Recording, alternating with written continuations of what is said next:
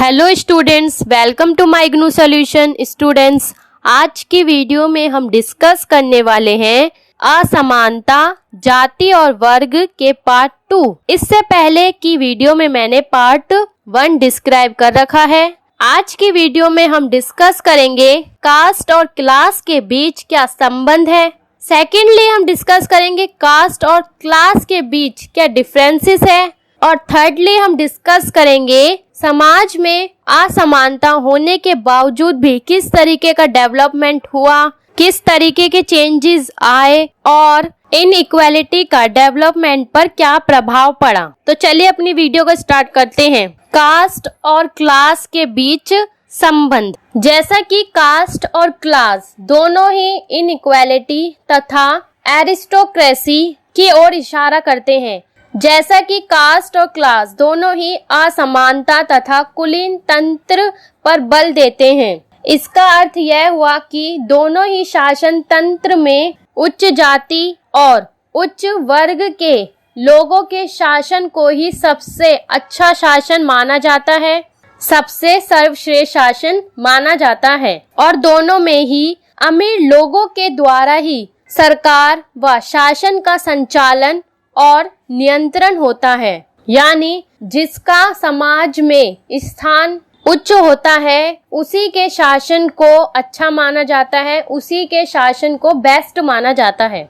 जाति में संजातीय विवाह यानी अपनी ही जाति में विवाह करना, व्यवसायगत मतभेद यानी अपनी जाति के अकॉर्डिंग काम करना तथा व्यवसायों का वंशानुगत विशिष्टीकरण यानी जो काम जिस पीढ़ी के सदस्य काफी लंबे टाइम से करते आ रहे हैं वही काम जो आने वाली जो पीढ़ी है वो भी करे।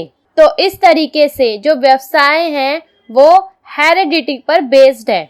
और जो ब्राह्मण कास्ट है उसकी स्थिति सोसाइटी में सबसे सर्वोच्च है, सबसे बेहतर है।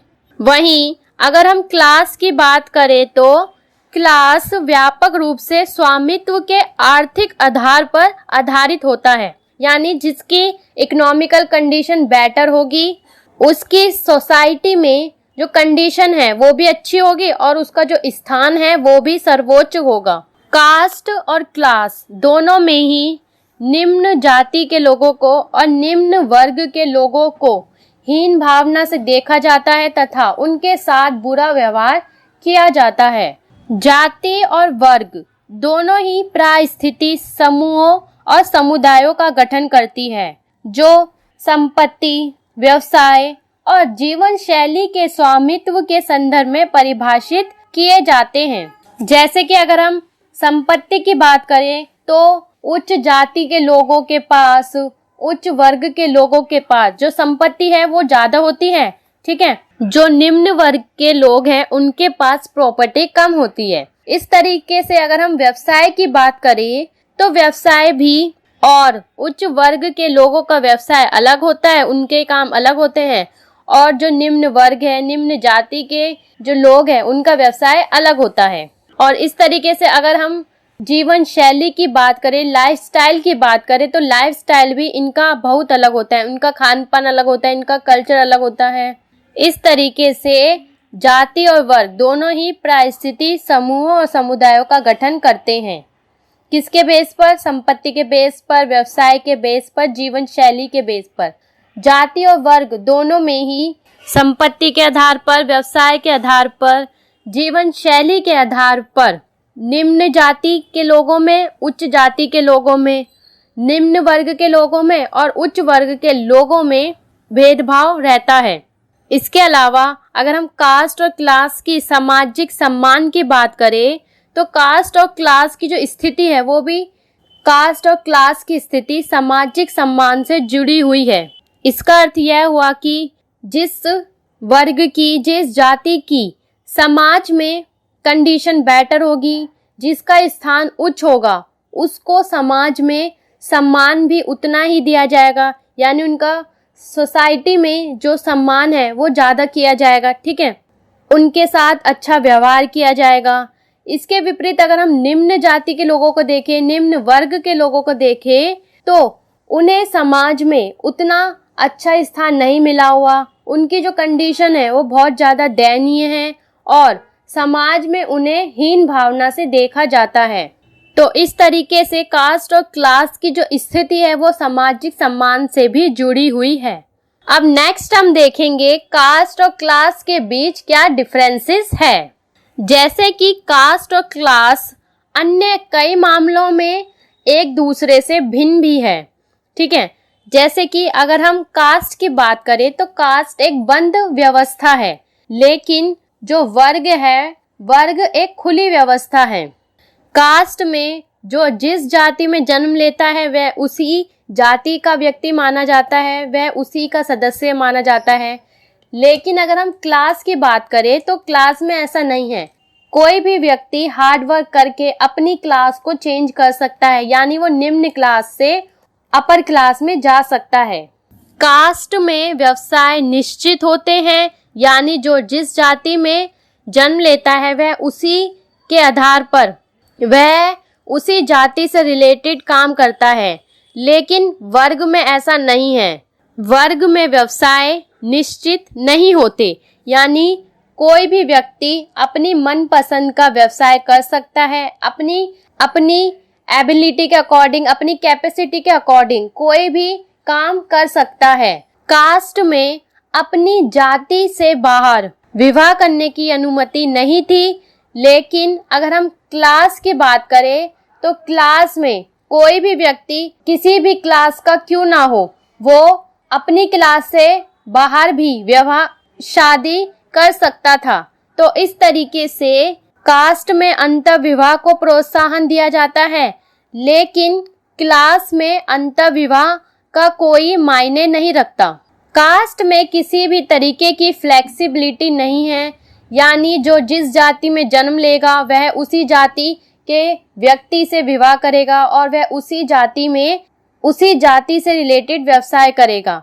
तो इस तरीके से जो कास्ट है उसमें बिल्कुल भी फ्लेक्सिबिलिटी नहीं है। लेकिन अगर हम क्लास की बात करें तो क्लास में फ्लेक्सिबिलिटी है, यानी व्यक्ति जो है वो अपनी क्लास से बाहर भी विवाह कर सकता है और अपनी मनपसंद का व्यवसाय भी कर सकता है। कास्ट में सार्वजनिक स्थानों और सार्वजनिक चीजों का इस्तेमाल करने संबंधी भी कई भेदभाव थे। जैसे कि जो निम्न जाति के लोग हैं उनको सार्वजनिक स्थानों पर जाने का, यानी जो निम्न जाति के लोग हैं उन्हें सार्वजनिक स्थानों पर नहीं जाने दिया जाता था। उन्हें कुओं का या सिनेमा घरों का इस्तेमाल करने नहीं दिया जाता था। लेकिन अगर हम इसके विपरीत अगर हम क्लास की बात करें तो क्लास में सार्वजनिक स्थानों और सार्वजनिक चीजों का इस्तेमाल करने संबंधी किसी भी तरीके का भेदभाव नहीं किया जा सकता, यानी हर क्लास के व्यक्ति सार्वजनिक चीजों का इस्तेमाल कर सकते हैं और वो सार्वजनिक स्थानों पर जा सकते हैं। इस तरीके से कास्ट और क्लास दोनों ही सिस्टम में काफी विविधता है। नेक्स्ट देखते हैं सामाजिक असमानताएं, विकास और सहभागिता राजनीति। अगर हम रजनी कोठारी की बात करें तो रजनी कोठारी ने जाति का राजनीति में तथा राजनीति का जाति में दखल अंदाजी का विश्लेषण किया है और स्वतंत्रता के बाद राजनीति आधुनिकीकरण की जो प्रगति है उसको 3 स्थितियों में बांटा है। पहली स्थिति में रजनी कोठारी का कहना है कि राजनीतिक सत्ता संघर्ष समृद्ध और उद्यमान जातियों तक सीमित था, यानी जो उच्च जाति के लोग हैं उन्हीं की सत्ता होती थी और उन्हें ही राजनीति में स्थान और उन्हीं का पॉलिटिक्स में जो पावर है वो सबसे ज़्यादा थी। जैसे कि मैंने अभी डिस्कस किया था कि जो कास्ट और क्लास दोनों कुलीन तंत्र की ओर इशारा करते हैं, यानी ऐसी और ऐसे शासन पर बल देते हैं जिसमें उच्च जाति के लोगों का और उच्च क्लास के लोगों का शासन हो और उसी शासन को वो सबसे अच्छा शासन मानते हैं।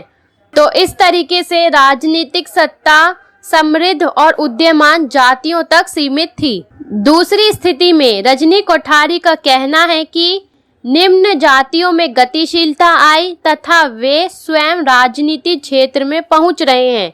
यानी समय के साथ जब लोगों में जागरूकता आई और भारत के संविधान में लोगों को आर्टिकल 14 और आर्टिकल 15 के तहत जो अधिकार दिए गए, उससे लोगों में गतिशीलता आई और वह भी राजनीतिक क्षेत्र में पहुंचने में सक्सेसफुल हुए। ऐसा नहीं है कि जाति व्यवस्था पूरी तरीके से समाप्त हो गई है। कई स्थानों पर जाति व्यवस्था आज भी विद्यमान है, लेकिन कई क्षेत्र ऐसे भी हैं जहां जाति व्यवस्था में सुधार आया और निम्न जाति के लोगों में जागरूकता आई और उन्हें भी और उनकी स्थिति में भी सुधार आया। रजनी कोठारी का मानना है कि राजनीति जाति से प्रभावित नहीं है, बल्कि जाति का राजनीतिकरण हो रहा है। इसी संदर्भ में डॉक्टर भीमराव अंबेडकर जी को भारतीय राजनीति में दलितों का मसीहा माना जाता है, क्योंकि डॉक्टर अंबेडकर जी ने जाति व्यवस्था को समाप्त करने के कई प्रयास किए तथा संविधान के आर्टिकल 14 और आर्टिकल 15 के तहत उन्हें आरक्षण देकर उनकी समाज में जो स्थिति है उसको सुधारा गया। उपनिवेश के बाद भारत में मताधिकार का विस्तार होने के बाद, यानी जब इंडिया में वोटिंग राइट्स दिए गए लोगों को, उसके बाद प्रत्येक सामाजिक समूह और उप समूह विकास प्रक्रिया में भाग लेने के लिए गतिशील हुआ। इसका अर्थ यह हुआ कि जब लोगों को वोटिंग राइट्स दिए गए तो इससे समाज में गतिशीलता आई और सभी लोगों को वोट डालने का अधिकार मिला। लेकिन कहीं ना कहीं भारतीय राज्य तंत्र उस समय अभिभावी जातियों द्वारा नियंत्रित था। लेकिन कहीं ना कहीं भारतीय राज्य तंत्र अभिभावी जातियों द्वारा नियंत्रित है। इसका यानी हम कह सकते हैं कि अभी भी राजनीति में उच्च जाति के लोगों का ही समर्थन किया जाता है और उन्हें ही राजनीति में स्थान दिया जाता है। इस तरह से राजनीतिक दल भारत जैसे विकासशील समाज में विद्यमान विघटन को बढ़ावा दे रहे हैं। इसके अलावा देखा जाए तो भारत में उपनिवेशवाद के बाद भी सामाजिक वर्गों और जातियों के बीच संसाधनों, सत्ता और हकदारी तक पहुंच समानुपात में नहीं है। यानी संसाधनों को ले लो या सत्ता या हकदारी, इन सभी पर भी लोगों की जो पहुंच है वो समानुपात में नहीं है, यानी वो डिसबैलेंस है। जैसे किसी के पास संसाधन ज़्यादा है तो किसी के पास कम संसाधन है, कोई वर्ग ज़्यादा पावरफुल है तो किसी वर्ग के पास पावर नहीं है। तो इस तरीके से जो डिसबैलेंस है लोगों के बीच वो बना हुआ है। जैसे कि अगर हम ग्रामीण क्षेत्रों की बात करें, विलेज एरिया की बात करें, तो वहाँ पर उच्च और निम्न जातियों के बीच रिश्ते जाति के सिद्धांतवाद से नियंत्रित होते हैं। यानी जाति के बेस पर ही वे अपने रिलेशनशिप बना सकते हैं। भारत जैसे लोकतांत्रिक देश में अभी भी यह समस्या बनी हुई है कि सभी नागरिक राजनीतिक प्रक्रियाओं में समान पहुंच और सहभागिता का लाभ ले सकेंगे, क्योंकि राजनीतिक विशेषाधिकार कई गैर चयनित संस्थाओं, असैनिक नौकरशाही और विशेषकर पुलिस में प्रतिधारित और गहरे रंग में रंगे होते हैं।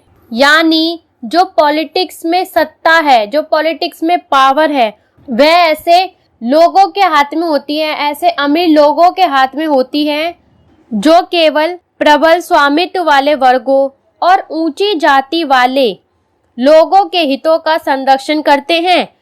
यानी उन्हीं का समर्थन करते हैं और उन्हीं को प्रोत्साहन करते हैं और निम्न जाति के लोगों का विरोध करते हैं। ठीक है, उनको हीन दृष्टि से देखते हैं। तो इस तरीके से राजनीति में समस्या बनी हुई है कि सभी नागरिकों की राजनीतिक प्रक्रियाओं में समान पहुंच है या नहीं है, क्या सभी जातियों की समान रूप से राजनीति में भागीदारी है, क्या वो पार्टिसिपेशन कर रहे हैं या नहीं, ये समस्या बनी हुई है। जो निम्न जातियां हैं वह अपना राजनीतिक, सामाजिक और आर्थिक स्थिति को बदलने में अभी भी शक्ति संपन्न नहीं है, यानी वो अपनी आर्थिक स्थिति को, सामाजिक स्थिति को और राजनीतिक स्थिति को बदलने में अभी भी इतने सक्षम नहीं हो पाए हैं। इसके कई कारण हो सकते हैं। एक तो शिक्षा की कमी हो सकती है, ठीक है, उनके पास किसी भी तरीके की इंफॉर्मेशन नहीं है या जिससे वो अपना विकास कर पाए। ऐसे भारत में ऐसे कई इलाके हैं, ऐसे कई शहर हैं जहां पर लोगों के पास इंफॉर्मेशन नहीं है कि उनके क्या क्या राइट्स है ताकि वो अपना विकास पूर्ण रूप से कर पाए, या कई बार ऐसा होता है कि उनके पास ऐसे रिसोर्सेस ही नहीं है जिससे वो अपना डेवलपमेंट कर पाए। तो इस तरीके से जो निम्न जाति के लोग हैं या जो ग्रामीण क्षेत्रों में रहने वाले लोग हैं वो अपना आर्थिक, राजनीतिक और सामाजिक विकास करने में अभी भी सक्षम नहीं है। हमारी लोकतांत्रिक व्यवस्था की जो कार्य प्रणाली है वो जाति और वर्ग पर आधारित असमानताओं से गहन रूप से और अनुचित तरीके से प्रभावित होती है। तो स्टूडेंट्स, आज की वीडियो में बस इतना ही। आई होप आपको ये वीडियो समझ में आ गई होगी। नेक्स्ट वीडियो में हम फिर मिलेंगे। Thank you for watching. Bye bye.